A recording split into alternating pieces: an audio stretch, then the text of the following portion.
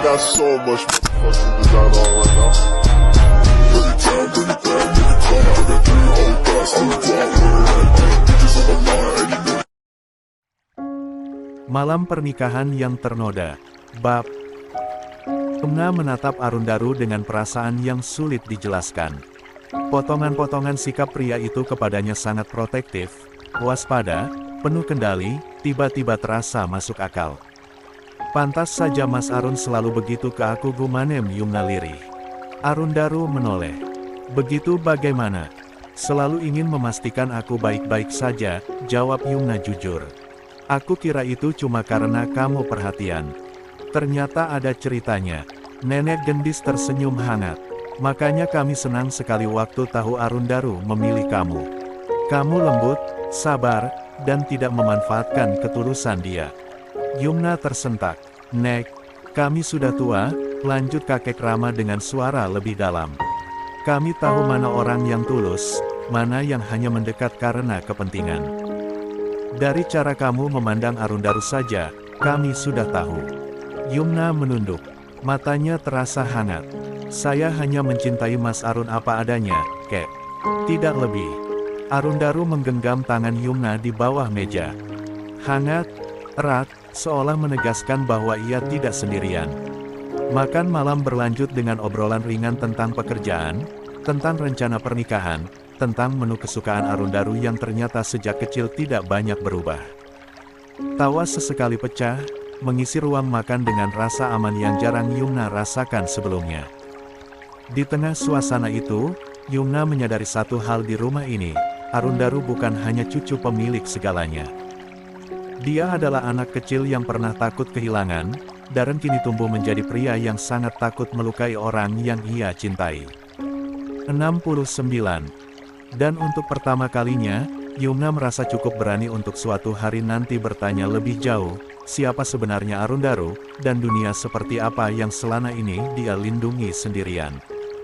Malam itu berlanjut dengan makan malam hangat bersama kakek Rama dan nenek gendis. Obrolan mengalir ringan, diselingi tawa dan cerita-cerita kecil. Namun di balik senyum Yumna, masih ada satu pertanyaan yang belum terucap. Setelah makan malam bersama, Yumna membantu nenek gendis merapikan meja, sementara Arundaru berbincang singkat dengan kakek Rama di teras. Obrolan mereka terdengar serius, namun nada kakek Rama tetap lembut seperti biasa, tegas tanpa perlu meninggikan suara. Yumna menatap piring terakhir, lalu mencuci tangannya. Hatinya berdebar. Sejak siang tadi, ada satu pertanyaan yang terus berputar di kepalanya, berusaha ia redam dengan senyum dan candaan. Namun, semakin ia menunda, rasa penasaran itu justru makin kuat. Yumna, panggil nenek gendis pelan, menepuk punggungnya. Kalau sudah selesai, temani Arundaru sebentar di taman. Kakekmu ingin istirahat. Yumna mengangguk. Baik, Nek. Yumna melangkah keluar. Di bangku kayu dekat kolam kecil, Arundaru duduk dengan lengan menyilang, menatap pantulan cahaya di air. Saat mendengar langkah Yumna, ia menoleh dan tersenyum. Sebuah senyum yang selalu berhasil membuat Yumna merasa aman. Capek? Tanya Arundaru, bangkit dan mendekat. Sedikit, jawab Yumna jujur. Tapi lebih ke banyak pikiran. Arundaru menangkap nada itu. Lah menarik napas, lalu mengajak Yumna duduk. Ada apa? Yumna menggenggam jemarinya sendiri. Mas, aku mau tanya sesuatu.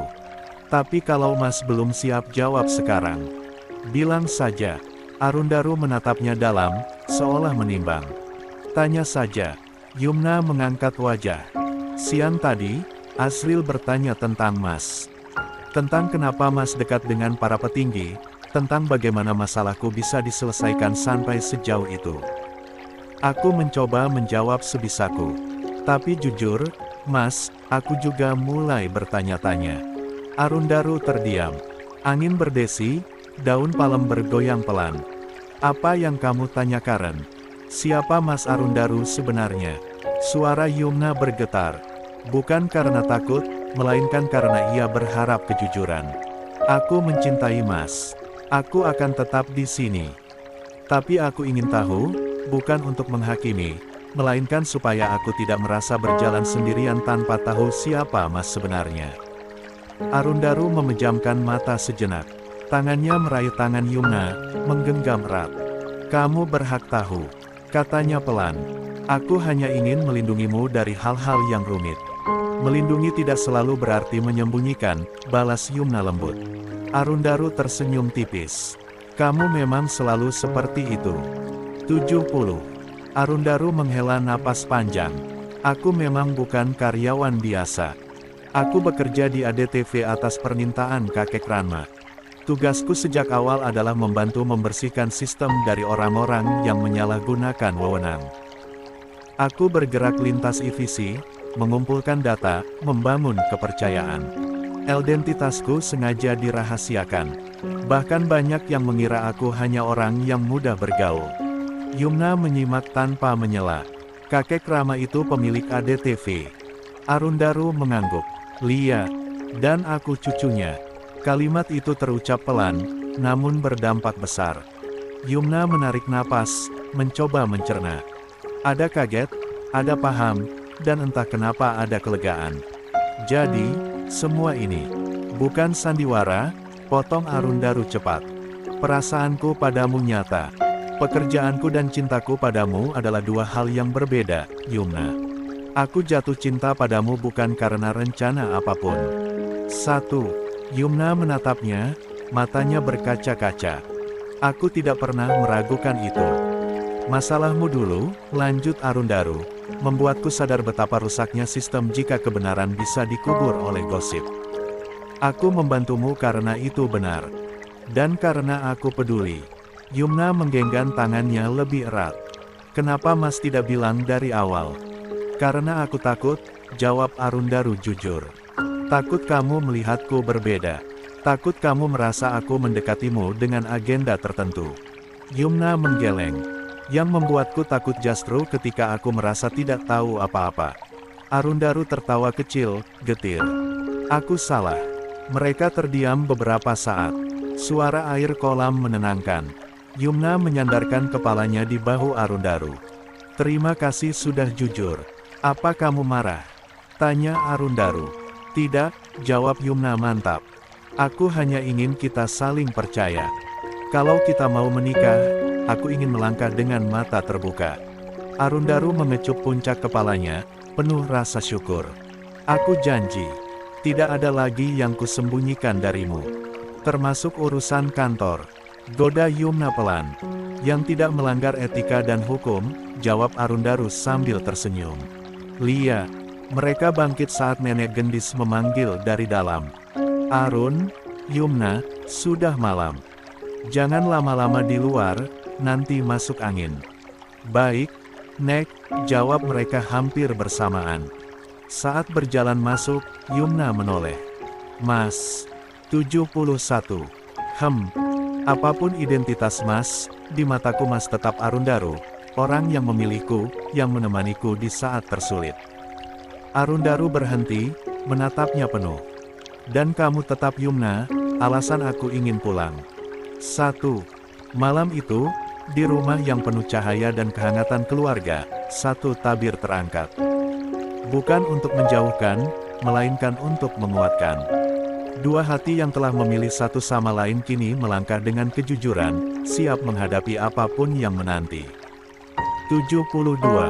Bab 64. Hubungan Yumna dan Arundaru perlahan berubah menjadi sesuatu yang jauh lebih hangat dan menenangkan. Tidak ada lagi rasa sungkan, tidak ada pertanyaan yang dipendam terlalu lama. Setiap kali ada yang mengganjal di hati, mereka memilih membicarakannya, meski terkadang dengan suara pelan dan napas yang masih bergetar. Yumna merasakan bahwa Arundaru bukan hanya kekasih yang pandai memberi rasa aman, tetapi juga pasangan yang mau membuka diri. Sedikit demi sedikit, pria itu mulai bercerita tentang masa kecilnya, tentang kesepiannya, tentang rasa takut kehilangan yang membuatnya tumbuh lebih dewasa dibandingkan anak-anak seusianya. Hari-hari mereka kini sering diisi obrolan panjang di teras rumah dinas, ditemani secangkir teh hangat atau camilan sederhana. Tidak selalu romantis dengan sentuhan, tetapi penuh kedekatan emosional yang membuat Yumna merasa, inilah rumah. Hingga minggu pagi, Yumna menerima kabar yang membuat hatinya berdebar. Kami sudah di jalan. Sore ini sampai, ujar suara Pak Yongki di sambungan telepon. Yumna terdiam sejenak sebelum senyum lebarnya merekah. Ayah sama Elbu jadi kesini. Lia, sama Yugi juga. Sekalian mau ukur baju seragaman buat pernikahanmu. Setelah menutup telepon, Yumna langsung menatap Arundaru yang sedang mengenakan jam tangannya. Mas, hari ini keluargaku mau datang. Arundaru berhenti bergerak. Wajahnya tampak terkejut, lalu berubah hangat. Serius, Lia, katanya sekalian mau ukur baju buat acara nanti. Arundaru tersenyum lebar. Tangannya meraih tangan Yumna, menggenggamnya dengan penuh makna. Aku senang sekali akhirnya bisa berkumpul lagi sama keluarga kamu.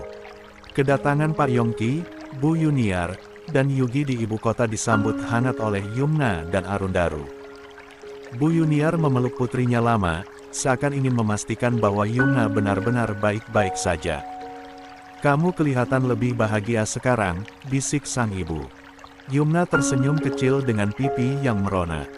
Banyak orang bilang kalau dia tidak bisa menyembunyikan rasa bahagianya. Lia, Bu. Sementara itu, Yugi langsung terlihat kagum melihat suasana ibu kota. Yumna, rumah dinas kamu besar juga, celetuknya polos. Arundaru hanya tertawa kecil, tidak ikut menanggapi terlalu banyak. 73. Mereka langsung menuju butik. Kedua orang tua Arundaru juga sedang dalam perjalanan. Butik Grace sore itu terlihat lebih ramai dari biasanya. Deretan manekin mengenakan kain brokat, satin, dan songket berkilau memenuhi ruang depan. Lampu-lampu putih kekuningan membuat setiap warna tampak lebih hidup dan lebih mahal. Yumna masuk lebih dulu bersama Arundaru. Tangannya digenggam erat, seolah pria itu ingin memastikan Yumna tidak merasa sendirian menghadapi hari besar yang semakin dekat. Pak Yongki melangkah masuk dengan kemeja sederhana berwarna biru dongker. Di sampingnya, Bu Yuniar mengenakan gamis polos dengan jilbab krem. Wajah mereka tampak kagum sekaligus kikuk. Yugi berjalan di belakang, matanya berkeliling tanpa henti, tak menyembunyikan rasa takjub. Ya Allah, Yumna, lirih Bu Yuniar. Ini butik atau galeri pameran? Yumna tersenyum kecil, ada rasa bersalah di dadanya. Ini butik milik kenalan Mas Arun, Bu. Tempatnya memang agak mewah. Oh, pasti di butik ini barangnya bagus-bagus, bisik Bu Yuniar lagi dengan penuh rasa takjub. Pak Yongki hanya mengangguk. Rahangnya mengeras tipis, bukan karena marah, tapi karena perasaan kecil yang tiba-tiba menyusup tanpa permisi. Beberapa detik kemudian, dari ruang dalam butik, muncul seorang pria parubaya dengan jas rapi melangkah tenang. Dia adalah Papa Dewandaru. Di sampingnya, Marna Rengganis tampil anggun dengan setelan elegan, aura percaya diri terpancar alami. Yumna berdiri di antara Bu Yuniar dan Mama Rengganis, memandangi kain-kain yang digantung rapi. Yang ini bahannya adem, Bu. Ucap Yumna sambil menyentuh kain biru dongker lembut. Bu Yuniar mengangguk. Lia, warnanya juga cocok juga buat kita. Enggak terlalu mencolok, lanjut Mama Rengganis. Di sisi lain, Pak Yongki duduk berdampingan dengan Papa Dewandaru. Keduanya berbincang ringan, lebih banyak soal cuaca, perjalanan, dan rencana acara. Anak-anak sekarang cepat sekali tumbuhnya, ya, ujar Papa Dewandaru sambil tersenyum kecil. Rasanya baru kemarin Arundaru masih bocah keras kepala. Pak Yongki tertawa. Yumna juga begitu. Dulu susah sekali disuruh makan. Mereka terlihat sudah sangat akrab walau baru bertemu kembali. Namun, terlihat tidak ada jarak, tidak ada kecanggungan. Tidak ada aura, orang kaya, atau orang kecil. Arundaru dan Yugi berdiri agak menjauh, membahas warna jas. Keluarga Kanu terlihat sangat santai, iya. Ujar Yugi. Kami sekeluarga bukan tipe yang ribet. 74. Arundaru tersenyum. Karena itu yang bikin kami nyaman. Yumna memperhatikan semua itu dengan hati hangat. Inilah yang dia harapkan sejak awal, dua keluarga yang bertemu tanpa beban. Sore harinya, Arundaru mengajak semua keluarga makan malam di rumah kakek Rama. Begitu mobil memasuki gerbang rumah kakek Rama, Pak Yongki dan Bu Yuniar saling pandang. Halaman luas, bangunan megah, penjagaan yang rapi, semuanya terasa di luar bayangan mereka. "Ini rumah siapa, Yumna?" tanya Bu Yuniar pelan. Yumna menelan ludah. "Rumah kakeknya Mas Arun." "Wah, besar sekali. Ternyata mereka orang kaya beneran." Bu Yuniar sampai tidak berkedip ketika melihat rumah kakek Rama. Pak Yongki terdiam. Di depan pintu utama, kakek Rama dan nenek gendis sudah menunggu. Senyum keduanya hangat, sama sekali tidak menunjukkan jarak. "Selamat datang," ucap kakek Rama ramah. Akhirnya keluarga Yumna bisa datang. Bu Yuniar tampak gugup saat menjabat tangan nenek gendis. "Terima kasih sudah menerima kami." Makan malam berlangsung dalam suasana yang hangat. Nenek gendis beberapa kali bercerita tentang Arundaru kecil, bagaimana cucunya itu lebih suka tidur di kamar mereka. "Dia itu penakut," kata nenek gendis sambil tertawa kecil. "Takut kalau kami meninggal saat tidur. Bahkan pernah nangis karena mimpi kami di bawah hantu," timpal kakek Rama. Semua tertawa, termasuk Yumna yang menoleh ke Arundaru. Pria itu tampak salah tingkah, telinganya memerah. Namun, tawa itu perlahan berubah menjadi keheningan saat Pak Yongki tanpa sengaja mendengar percakapan kakek Rama dengan salah satu pegawai di rumahnya. "Pak, barusan ada kabar kalau terjadi pelemparan bom molotov di gedung ADTV oleh orang tak dikenal," bisik pria parubaya itu di telinga kakek Rama. "Apa? Cepat lapor polisi dan cari tahu siapa pelakunya," titah kakek Rama. Pak Yongki membeku. "ADTV? Bukannya itu tempat kerjanya Yumna?" batin Pak Yongki. "Aku ucapkan banyak terima kasih kepada pembaca karya aku yang berjudul Di Balik Kontrak Ibu Susu. Berkat doa dan dukungan kalian, karyaku itu mendapatkan juara lomba tema kreativitas. Love buat kalian semua." 75. Bab 65. Kabar itu datang seperti petir di siang bolong. Hal seperti ini tidak aneh bagi kakek Rama. Karena dunia jurnalis dan politik itu kejam. Jika memberitakan sesuatu, walau itu sebuah kebenaran, tetapi ada pihak yang tidak menyukai hal itu diketahui publik, maka akan mendapatkan teror. Arundaru baru saja menyelesaikan makannya, ketika ponselnya bergetar keras di saku celananya. Nama Pak Erwin muncul di layar, disertai nada dering darurat yang jarang sekali digunakan. "Mas Arun, ada kejadian?" Suara Pak Erwin terdengar tergesa, napasnya tak beraturan. Gedung ADTV di bagian sayap belakang baru saja diserang. Jantung Arundaru langsung menghantam dadanya. Dia pun menoleh ke arah kakek Rama. "Diserang bagaimana?" tanya Arundaru berbisik, tetapi bernada tajam. "Bom molotov. Api sempat membesar, tapi security cepat bertindak. Pemadam sudah di lokasi. Tidak ada korban jiwa, tapi jelas ini bukan kecelakaan." Arundaru menutup mata sesaat. Dia tahu ini bukan sekadar teror, tapi peringatan. "Aku kesana sekarang," ucap Arundaru singkat, lalu mematikan panggilan. Semua orang heran melihat Arundaru berdiri dengan cukup kasar. Dia pun berkata, "Aku harus pergi dahulu. Ada urusan penting." "Mas Arun mau kemana?" tanya Yumna yang menunjukkan wajah cemas. "Nanti aku ceritakan sama kamu. Sebaiknya kalian semua menginap di rumah ini," jawab Arundaru. "Kakek, Papa, aku titip Yumna dan keluarganya." "Ya." Belum juga mendapat jawaban, Arundaru segera pergi. Dia hendak mendatangi gedung ADTV.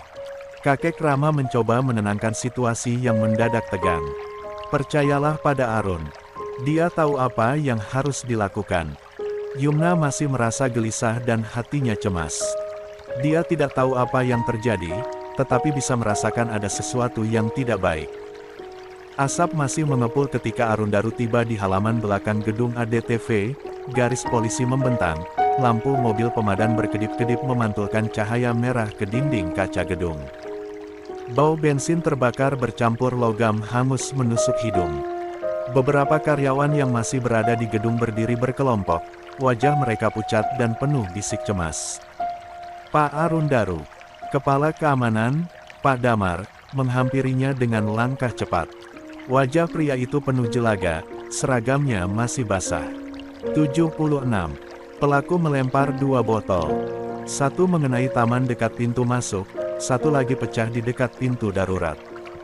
Untungnya pintu itu sedang tertutup rapat. Bagaimana hasil dari CCTV? Tanya Arundaru tanpa basa-basi. Ada, tapi pelaku pakai hoodie dan masker. Gerakannya cepat dan terlatih. Arundaru menatap bekas jelaga di tembok. Api itu sengaja diarahkan ke titik yang strategis, bukan asal melempar. Pelakunya tahu persis area gedung. Ini bukan orang luar, gumam Arundaru pelan. Pak Damar mengangguk berat. Kami juga berpikir begitu. Di ruang kontrol, Arundaru menatap rekaman CCTV berulang kali. Sosok bertubuh sedang, langkahnya mantap, tidak panik, tidak ragu. Bahkan saat melempar botol, gerakannya tenang, seolah sudah berkali-kali membayangkan adegan itu. Stop di situ, ujar Arundaru. Gambar berhenti pada satu frame, sepatu pelaku terlihat jelas. Arundaru menyipitkan mata. Zoom. Ketika diperbesar, detail sol sepatu terlihat samar. Model lama, tidak banyak beredar. Dan itu terasa familiar. Arundaru bersandar ke kursi, napasnya mengendap. Satu persatu wajah terlintas di benaknya. Orang-orang yang ia singkirkan. Orang-orang yang kehilangan jabatan, pengaruh, uang, dan harga diri.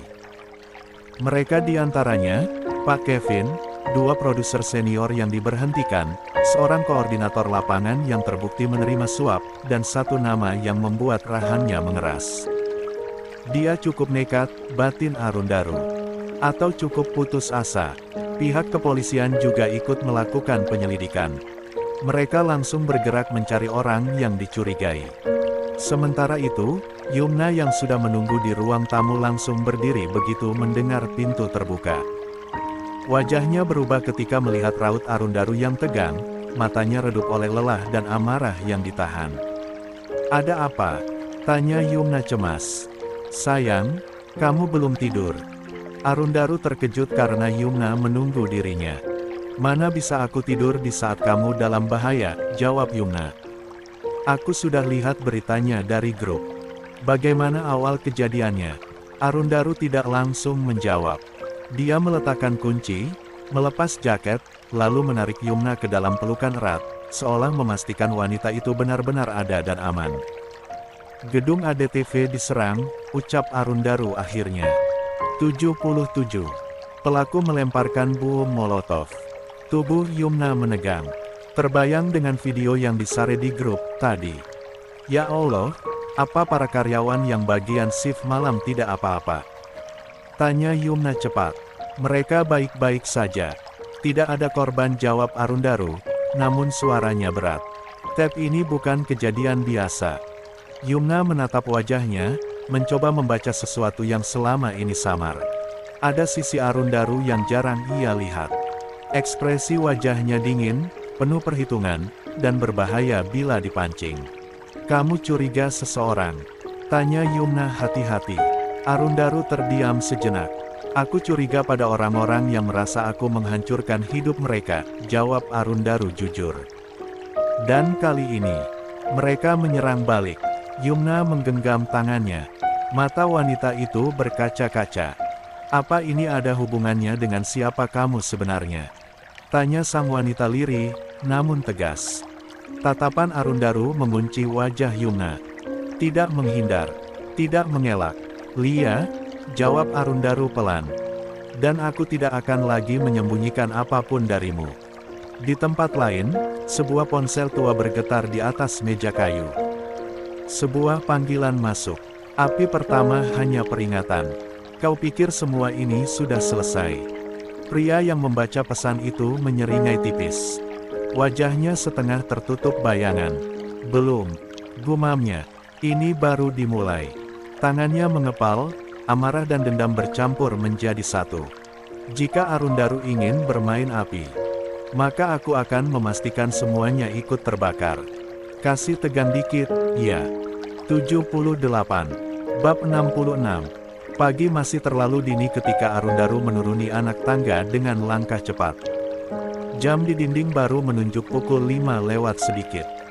Matanya memang menyisakan kantuk, tetapi sorotnya tajam dan fokus, ciri khas ketika pikirannya sudah terkunci pada satu tujuan. Di ruang tengah, kakek Rama duduk di kursi kayu favoritnya sambil menyeruput teh hangat. Di sampingnya ada Pak Yongki dan Yugi yang tampak serius membicarakan sesuatu. Suasana pagi yang biasanya tenang terasa berbeda hari ini, lebih tegang, lebih berat. Tumben pagi sekali kamu sudah rapi. Mau kemana? Tanya kakek Rana sambil menurunkan cangkirnya. Arundaru menghentikan langkah, lalu menoleh hormat. Pak Erwin barusan mengabari, Kek. Ada perkembangan soal kejadian semalam. Pak Yongki dan Yugi langsung menatap Arundaru bersamaan. Motor pelaku ditemukan di jurang dekat kampung Melati Putih, lanjut Arundaru. Polisi juga sudah mengamankan beberapa eks-karyawan ADTV. Mereka dicurigai terlibat. Kamu yakin mereka pelakunya? Tanya Pak Yongki hati-hati. Arundaru menggeleng pelan. Belum tentu. Justru itu yang membuat aku harus turun tangan langsung. Pak Erwin minta aku ikut penyelidikan. Kakek Rama menghela napas panjang. Wajahnya yang renta menyimpan kekhawatiran, tetapi juga kepercayaan penuh pada cucunya. Hati-hati, orang yang berani melempar bom molotov itu bukan orang biasa. Dia nekat dan penuh dendam. Lia, Kek, aku tahu. Sementara itu, di dapur, Yumna tengah sibuk mengaduk nasi goreng seafood di wajan besar. Aroma bawang putih dan udang segar memenuhi ruangan. Bu Yuniar dan Nenek Gendis membantunya menyiapkan lauk tambahan. Arun belum bangun. Tanya Bu Yuniar sambil menata piring. Mungkin tidur lagi, Bu. Jawab Yumna tanpa menoleh. Aku mau bikin sarapan buat dia. Semalam Mas Arun juga pulang sekitar jam 2 dini hari. Yumna tidak tahu bahwa Arundaru sudah bersiap pergi, bahkan hampir melangkah keluar rumah. Beberapa menit kemudian, Arundaru sudah duduk di dalam mobil, meninggalkan halaman rumah kakek Rama dengan perasaan berat. Ada rasa bersalah karena tidak berpamitan pada Yumna, tetapi situasinya mendesak. Nalurinya mengatakan ada sesuatu yang jauh lebih besar di balik teror itu. Kurang dari 30 menit, Arundaru tiba di kantor polisi. Bangunan itu sudah ramai meski pagi belum sepenuhnya terbangun. Beberapa pengacara tampak mondar-mandir, sementara Pak Ewin berdiri di sudut ruangan dengan wajah tegang. Ini semua data awalnya, ujar salah satu pengacara sambil menyerahkan berkas tebal.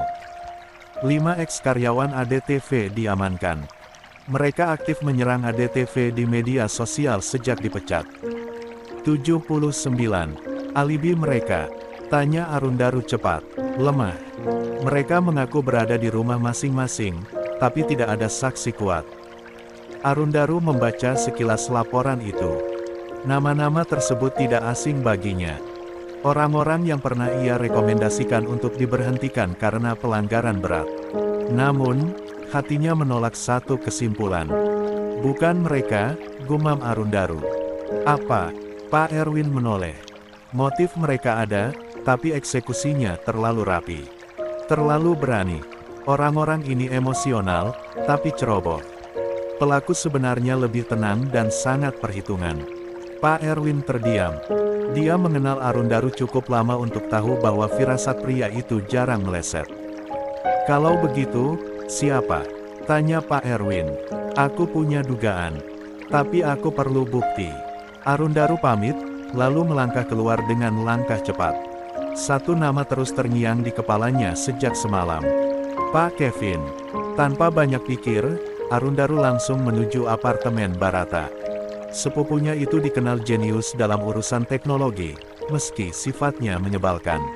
Pintu baru terbuka ketika Arundaru sudah berdiri di depan dengan wajah serius. Kamu ini kenapa sih, pagi-pagi sudah bikin rusuh? Gerutu Barata dengan mata setengah tertutup. Masa kamu diam saja ketika sepupumu diteror? Balas Arundaru santai sambil masuk. Barata mendengus, lalu menjatuhkan tubuhnya ke sofa. Teror itu urusan polisi. Arundaru mengeluarkan flash disk dari saku jasnya dan meletakkannya di meja. Aku mau pelakunya tertangkap cepat. Barata melirik flash disk itu, lalu menghela napas panjang. Kamu itu suka sekali bikin hidup orang lain ribet. Termasuk hidupmu. Beberapa menit kemudian, layar laptop Barata sudah dipenuhi rekaman CCTV dari beberapa sudut gedung di sekitar ADTV. Arundaru berdiri di belakangnya, mengamati setiap detail. Nih, lihat, ujar Arundaru menunjuk layar. Sepatu kulit edisi terbatas. Jam tangan Swiss. Motor besar dengan modifikasi khusus. Barata mengernyit. Pelaku ini bukan orang sembarangan. Dan dari semua orang yang punya dendam pada ADTV, cuma satu yang gaya hidupnya seperti ini. Barata menoleh perlahan. Pak Kevin. 80. Arundaru mengangguk. Dia kehilangan jabatan, kehilangan akses, dan kehilangan kekuasaan. Orang seperti dia tidak akan terima. Kalau begitu langsung tangkap saja, ujar Barata santai. Kalau semudah itu, aku tidak kesini, balas Arundaru. Aku butuh kamu melacak dia. Sekarang.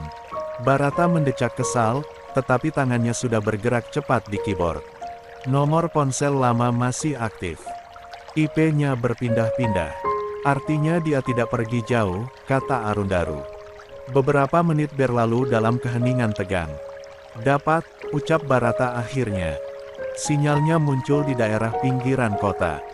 Gudang lama dekat pelabuhan kecil. Arundaru menegakkan tubuh. Kita ke sana. Kita. Barata melongo. Kamu yang melacak, aku yang menghadapi. Barata menghela napas panjang. Kenapa aku selalu terseret ke masalahmu? Karena kamu keluarga aku. Barata mendengus kasar. Dia pun pergi ke kamarnya untuk bersiap-siap. Sementara itu, di rumah kakek Rama, Yumna baru menyadari Arundaru tidak ada ketika nasi goreng sudah tersaji di meja. Mas Arun kemana? Tanya Yumna heran. Kakek Rama menatapnya dengan lembut. Dia ada urusan penting. Jangan khawatir. Nol, iya. Hari ini kamu jangan masuk kerja dulu, lanjut kakek Rama. Yumna mengangguk, meski hatinya terasa tidak tenang. Entah kenapa, sejak kejadian semalam, ada rasa cemas yang sulit ia jelaskan. Di sisi lain kota, Arundaru berdiri di depan gudang tua dengan rahang mengeras. Angin laut membawa bau besi dan oli. Tempat itu sunyi, terlalu sunyi. Kalau aku mati di sini, salahkan kamu, gumam Barata. Arundaru tidak menjawab. Nalurinya bekerja penuh.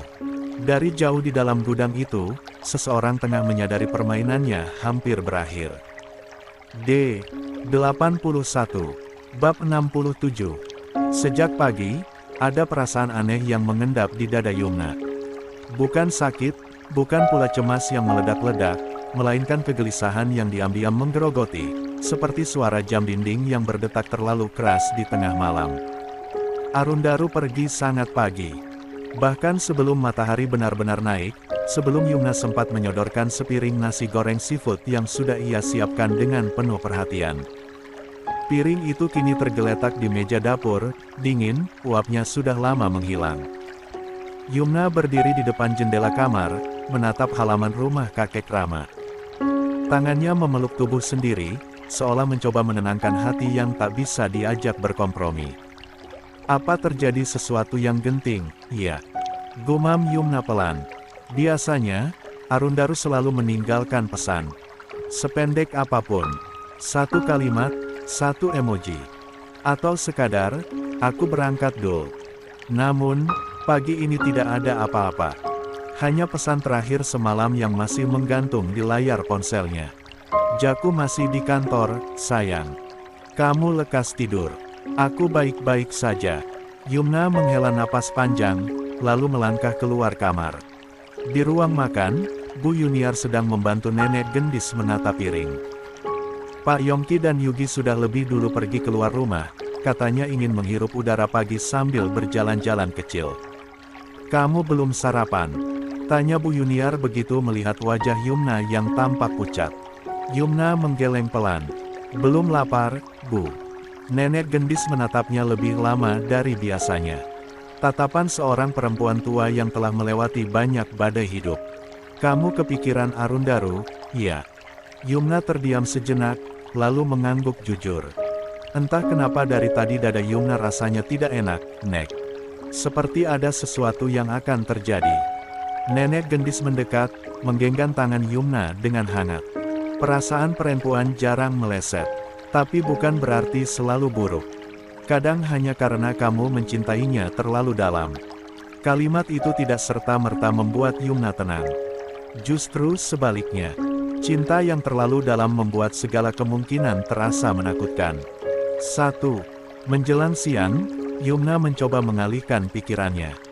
Dia membantu di dapur, menyapu halaman, bahkan ikut menemani Bu Yuniar menata baju-baju yang akan disiapkan untuk dibawa pulang.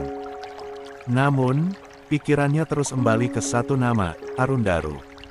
Bayangan wajah pria itu terus terlintas, raut seriusnya saat berbicara soal pekerjaan, senyum kecilnya yang selalu muncul saat menatap Yuna, cara tangannya menggenggam dengan yakin, seolah berkata, aku di sini, kamu aman. 82. Sekarang, Yumna merasa sendirian dengan pikirannya sendiri. Ponselnya masih sunyi. Tidak ada kabar dan tidak ada pesan dari sang kekasih. Yumna akhirnya duduk di sofa ruang tengah, memandangi layar ponsel seperti berharap benda itu bisa menjawab kegelisahannya. Kenapa Mas belum menghubungi aku? Bisik Yumna lirih. Bayangan kejadian bom Molotov di gedung ADTV kembali muncul di kepalanya. Api, asap, teror. Semua itu terasa terlalu dekat, terlalu nyata. Apalagi Arundaru terlibat langsung dalam penyelidikan. Yumna mengepalkan tangan di pangkuannya. Jangan-jangan Mas Arun kenapa-kenapa. Gumamnya, suaranya hampir pecah. Kepala wanita itu menggeleng cepat, menepis pikiran buruk itu. Tidak, Arundaru kuat. Arundaru cerdas.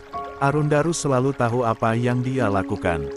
Akan tetapi hati tidak selalu bisa diyakinkan oleh logika. Sore menjelang, langit berwarna kelabu karena habis hujan.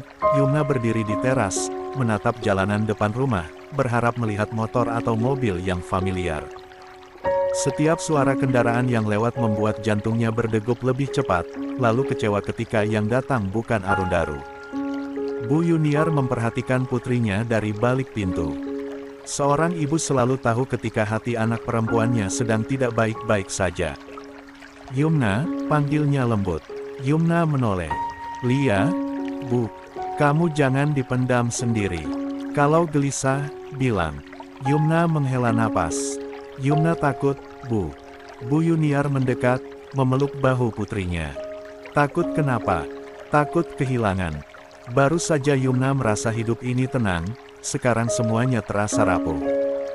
Bu Yuniar mengusap punggung Yumna perlahan. Cinta memang membuat kita rentan. Tapi itu bukan kelemahan. Itu tanda kamu hidup dan mencintai dengan sungguh-sungguh. Yumna menelan ludah. Mas Arundaru bilang akan selalu melindungi Yumna. Tapi bagaimana kalau justru dia yang terluka? Pertanyaan itu menggantung, tanpa jawaban. Hujan turun rintik sejak sore, membuat udara kota terasa lebih berat dari biasanya. Lampu-lampu jalan memantul di aspal basah ketika Arundaru turun dari mobil hitam tanpa plat dinas. Di belakangnya, dua mobil polisi berhenti hampir bersamaan, mesin masih menyala, seolah siap kabur kapan saja jika keadaan memburuk. 83. Gudang tua di kawasan industri itu berdiri seperti bangkai besi, terasa sunyi, bau besi berkarat, dan suasana yang mencurigakan. Tidak ada papan nama, hanya pagar besi setengah roboh dan kamera CCTV mati yang sengaja dibiarkan menganga. Lokasinya cocok, gumam Arundaru pelan. Kapten Raka, pria bertubuh tegap dengan wajah keras, mendekat sambil mengenakan rompi anti peluru. Sinyal terakhir ponsel Pak Kevin terdeteksi di sini. Kami sudah siapkan tim di sisi timur dan barat. Arundaru mengangguk. Tatapannya tajam, fokus, jauh berbeda dari wajah santai yang biasa Yumna lihat. Malam ini, tidak ada ruang untuk lengah. Dia tidak sendirian, lanjut Kapten Raka. Ada satu kendaraan lain masuk 15 menit lalu. Berarti dia tahu akan dicari. Balas Arundaru. Pak Kevin selalu begitu. Selalu selangkah lebih dulu. Tapi kali ini, langkahnya salah. Mereka bergerak perlahan, menyusuri lorong sempit di sisi gudang. Suara tetesan air dari atap bocor terdengar seperti detik jam yang menghitung mundur. Bau solar dan debu tua menusuk hidung. Di dalam, cahaya temaram dari api unggun. Beberapa kardus bertumpuk, sebagian terbakar di sudut ruangan, bekas percobaan menghilangkan barang bukti. Arundaru mengangkat tangan, memberi isyarat berhenti. Dari kejauhan terdengar suara seseorang mengumpat, disusul bunyi besi digeser. Itu dia, bisik salah satu polisi. Langkah kaki terdengar semakin jelas. Sesosok pria muncul dari balik rak besi, baju mahalnya kusut, rambutnya berantakan, tetapi jam tangan di pergelangan tangannya berkilau mencolok. Dia adalah Pak Kevin. Begitu mata mereka bertemu, wajah Pak Kevin menegang. Senyum sinis tersungging, meski jelas ada kegelisahan di baliknya. Wah, katanya ringan, berusaha menutup ketakutan. Kalau begini sambutannya, saya merasa penting sekali. Arundaru melangkah maju, keluar dari bayangan. Kamu memang penting, Pak Kevin. Penting untuk mempertanggungjawabkan semua yang kamu lakukan. Pak Kevin terkekeh pendek. Tuduhan tanpa bukti. Itu bukan gaya stasiun televisi besar, bukan. Kapten RK memberi kode. Dua polisi lain bergerak memutari sisi kanan dan kiri, senjata terangkat, siap kapan saja. Kami punya bukti, kata Kapten Raka tegas. Rekaman CCTV, saksi, dan aliran dana. Termasuk pembelian bahan bakar yang digunakan untuk bom Molotov. Untuk sepersekian detik, ekspresi Pak Kevin retak. Namun, dia cepat menguasai diri.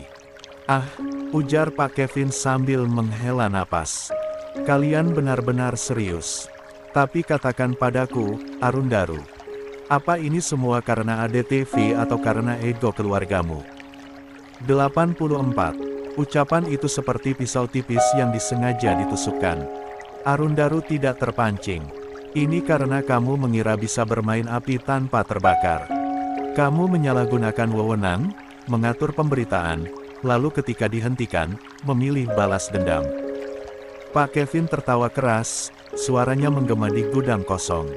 Balas dendam. Jangan sok suci. Kamu tahu betul bagaimana dunia ini bekerja. Aku hanya melakukan apa yang selama ini ditutup-tutupi. Dan kamu memilih cara paling pengecut, balas Arundaru dingin. Menyerang gedung, meneror karyawan, mempertaruhkan nyawa orang tak bersalah. Pak Kevin mendengus. Aku tidak berniat melukai siapapun. Itu hanya peringatan. Peringatan yang bisa membunuh, sela Kapten Raka. Angkat tanganmu, Pak Kevin. Sekarang, Pak Kevin melirik sekeliling. Jalan keluar sudah tertutup. Napasnya mulai tak beraturan, tetapi gengsi membuatnya tetap berdiri tegak. Kamu tahu, katanya menatap Arundaru lurus-lurus, aku tidak menyesal. Kalau waktu bisa diulang, aku akan tetap melakukannya. Karena orang sepertimu, dengan nama besar dan perlindungan keluarga akan selalu menang. Arundaru mendekat satu langkah lagi, jarak mereka kini hanya beberapa meter. Kamu salah. Aku berdiri di sini bukan sebagai cucu siapapun. Aku berdiri sebagai orang yang bertanggung jawab. Keheningan menekan suasana di sana.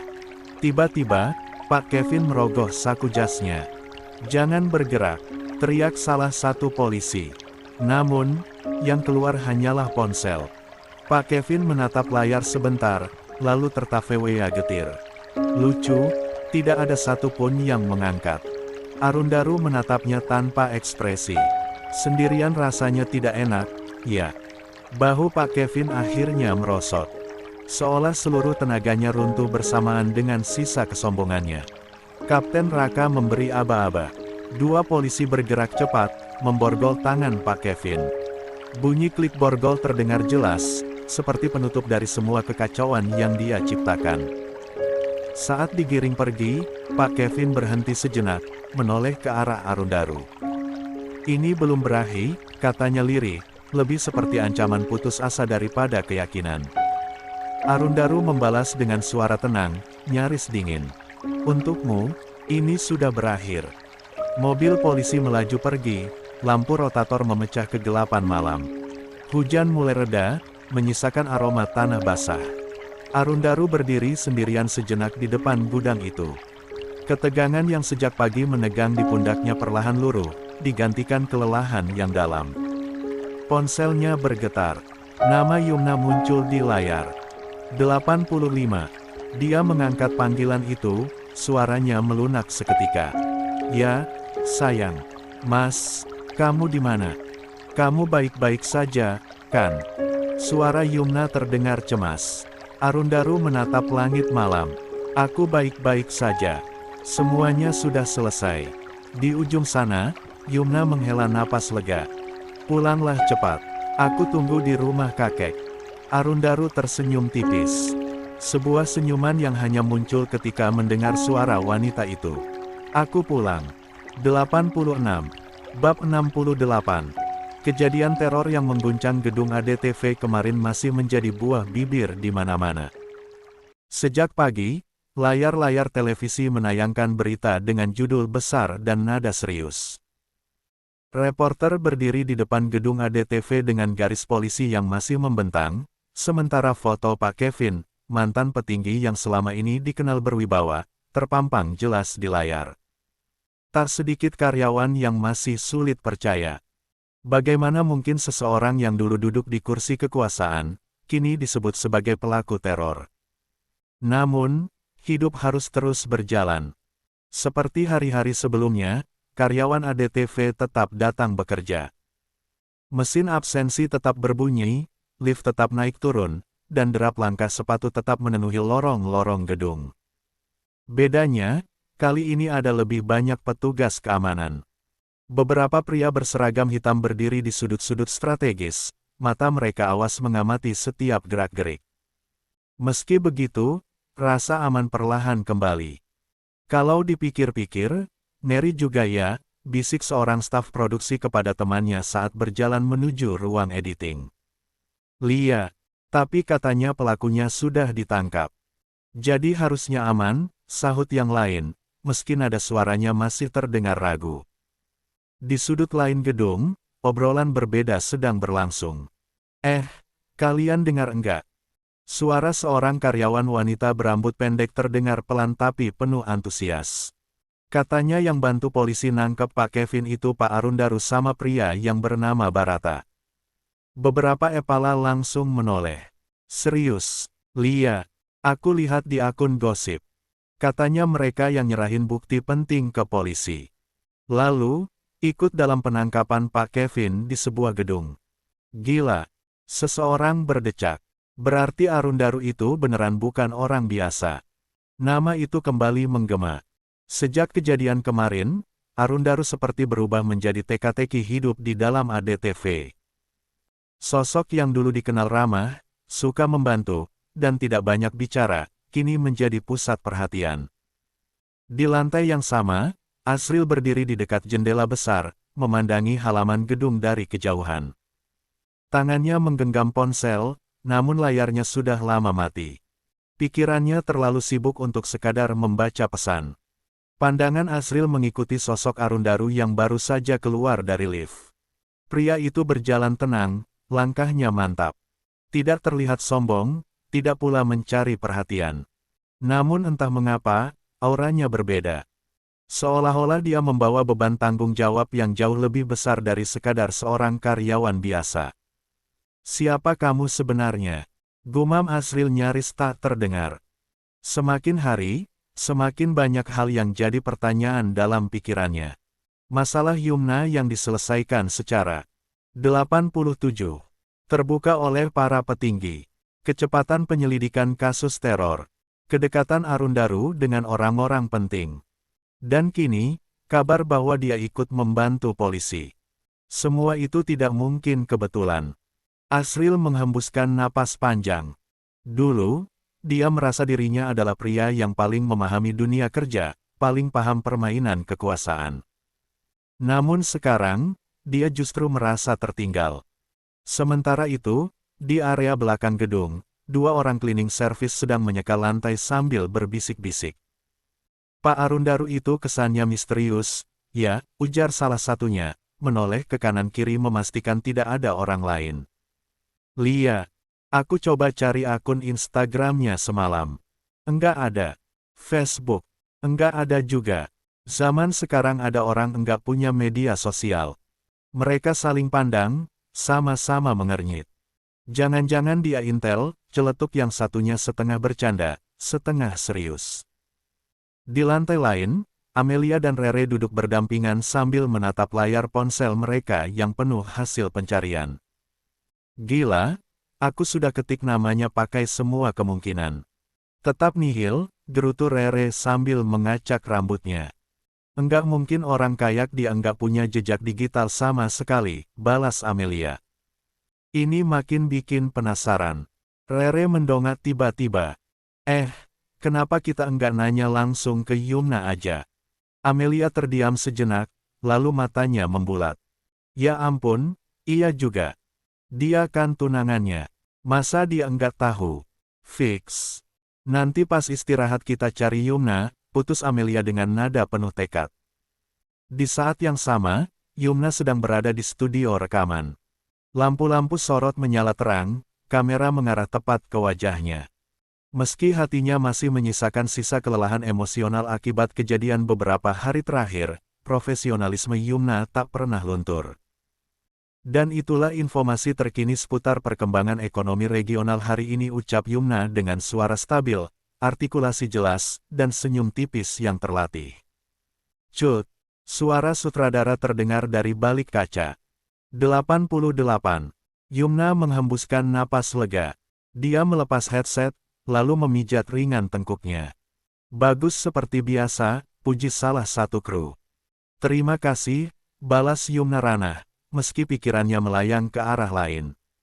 Sejak pagi, ponselnya terus bergetar. Grup kantor, pesan pribadi, bahkan beberapa nomor tak dikenal. Namun Yumna memilih fokus bekerja. Dia sudah belajar bahwa terlalu memedulikan suara luar hanya akan melelahkan hati. Ketika Yumna keluar dari studio dan menuju pantry, langkahnya terhenti. Amelia dan Rere sudah menunggunya. Yumna, seru Rere terlalu bersemangat.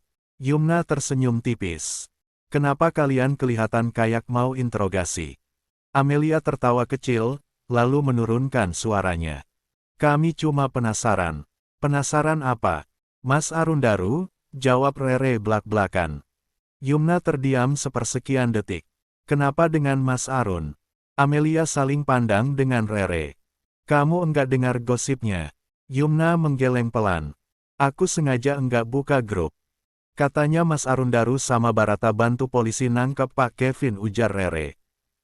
Terus semua orang sekarang banyak yang nanya-nanya, sebenarnya dia siapa? Yumna menatap dua sahabatnya itu dengan tenang. Tidak terkejut, tidak panik. Dia orang baik, jawab Yumna singkat. Amelia mengerjap. Itu doang. Yumna tersenyum. Dia juga orang cerdas. Lalu, Mas Arun itu orang yang bisa membuat aku bahagia, itu yang paling penting buat aku. Jawaban itu membuat Amelia dan Rere kehabisan kata. Mereka saling pandang, lalu tertawa kecil, meski rasa penasaran di wajah mereka belum sepenuhnya hilang. Dari kejauhan, Asril melihat pemandangan itu. Melihat Yumna berdiri dengan sikap tenang, melindungi Arundaru tanpa banyak bicara, justru semakin menguatkan keyakinannya. Ada sesuatu yang besar dan disembunyikan. Lau, Yumna mungkin belum tahu semuanya. Asril mengepalkan tangan perlahan. Apapun rahasiamu, Arundaru. Batin Asril, suatu saat kebenaran akan muncul. 2. Sementara itu, di lantai lain gedung ADTV, Arundaru berhenti sejenak di depan jendela, memandang langit Jakarta yang cerah. 89. Dia tahu. Semua mata kini tertuju padanya. Dia juga tahu, badai berikutnya mungkin tidak akan jauh berbeda, lebih besar, lebih berbahaya. Namun kali ini, dia tidak sendirian. Di benaknya, wajah Yumna muncul, dengan senyum lembut dan tatapan penuh kepercayaan. Arundari melangkah kembali ke dalam hiruk-pikuk gedung ADTV, dengan senyum mengembang. Dia sudah tidak sabar ingin bertemu dengan Yumna. Di sakunya ada 2 tiket film bioskop. Apakah Yumna akan menerima ajak itu atau menolaknya? Sambil menunggu bab berikutnya, yuk, baca juga karya temanku ini. Dosen KILLER. Ana Fatih. 90. Bab 69. Ketika sebagian besar karyawan ADTV masih berkutat pada rasa penasaran dan bisik-bisik yang belum berani diucapkan terang-terangan, Asril justru sudah melangkah jauh lebih dulu. Tidak lagi sekadar menebak atau mengandalkan firasat. Kali ini, ia mengumpulkan fakta. Sejak insiden bom Molotov dan penangkapan Pak Kevin, ada terlalu banyak kejanggalan yang tidak bisa lagi ia anggap kebetulan. Sore itu, Asril duduk sendirian di rumahnya. Lampu ruang tamu redup, hanya cahaya layar laptop yang menerangi wajahnya yang tampak tegang. Beberapa berkas digital terbuka bersamaan, arsip perusahaan, database pendidikan, hingga jaringan relasi yang ia gali dengan cara tidak sederhana. Asril bukan orang bodoh. Terlalu banyak kejanggalan yang tidak bisa dianggap kebetulan. Bagaimana mungkin seorang karyawan, biasa, bisa masuk ke hampir semua divisi tanpa hambatan? Bagaimana mungkin para petinggi ADTV menaruh hormat begitu besar padanya? 1. Dan yang paling mengusik, bagaimana mungkin setiap masalah besar yang menimpa Yumna selalu berakhir rapi begitu Arundaru terlibat? Asril menatap layar laptopnya dengan rahang mengeras. Di hadapannya terpampang sebuah berkas digital yang ia dapatkan setelah berminggu-minggu menggali lewat koneksi lama, jalur belakang, dan 1-2 hutang budi.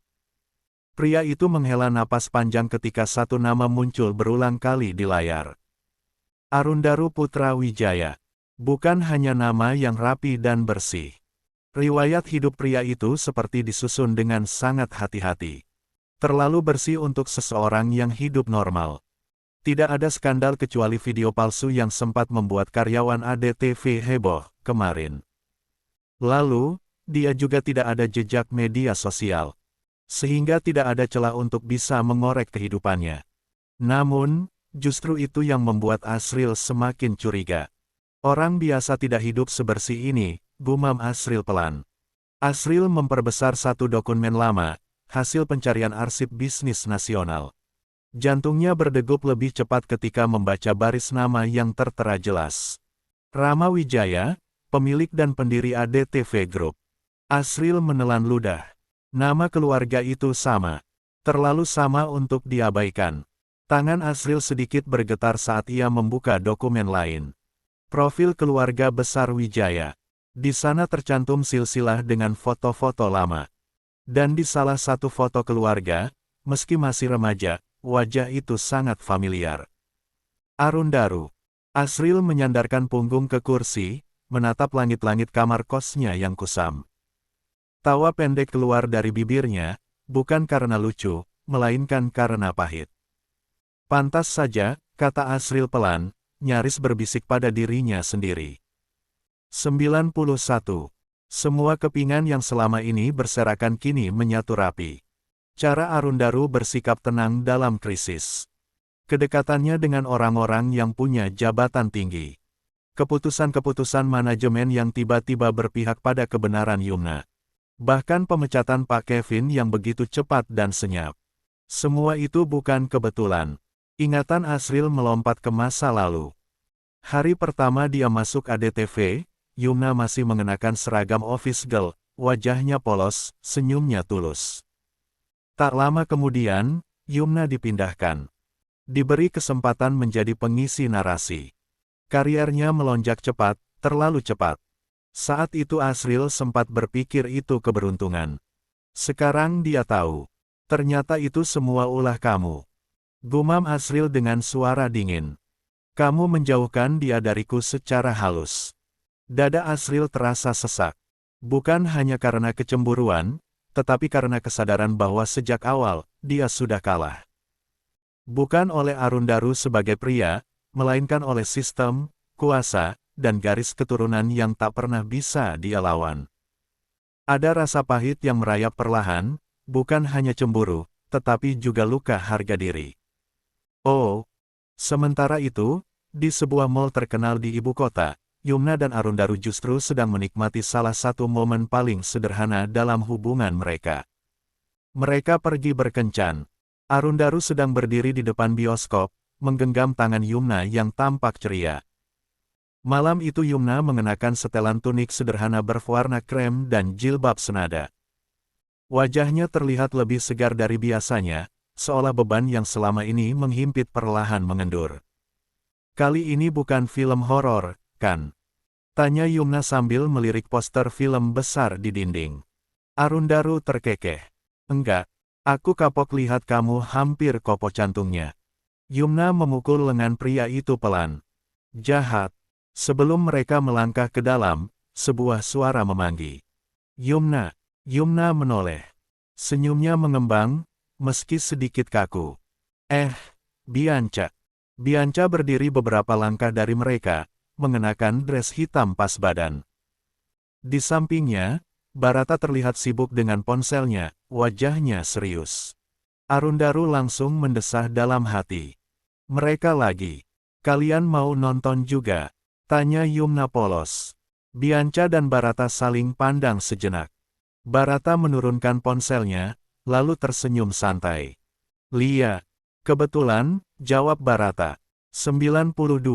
Arundaru memutar bola mata. Dia mendesah pelan. Lah tahu betul arti kata kebetulan dari sepupunya itu. Kebetulan yang terlalu sering terjadi tepat saat dirinya sedang kencan. Namun, dia memilih diam. Tidak ingin merusak suasana Yumna. Kita masuk bareng aja, yuk, ajak Bianca tanpa beban. Arundaru tak bisa menolak tanpa terlihat kasar. Akhirnya mereka berempat masuk ke studio yang sama. Film yang diputar adalah drama romantis Hollywood.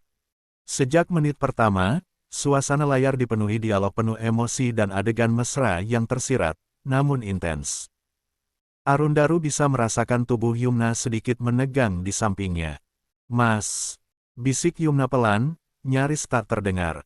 Lia, Arundaru menoleh. Jangan macam-macam, ucap Yumna cepat, seolah membaca niat pria itu sebelum sempat terwujud. Arundaru tersenyum tipis, lalu mengangguk. Baik, Nyonya. Yumna menahan tawa. Rupanya godaan datang bertubi-tubi. Adegan di layar semakin emosional. Musik sendu mengalun. Pasangan di depan mereka bahkan saling berpelukan tanpa malu.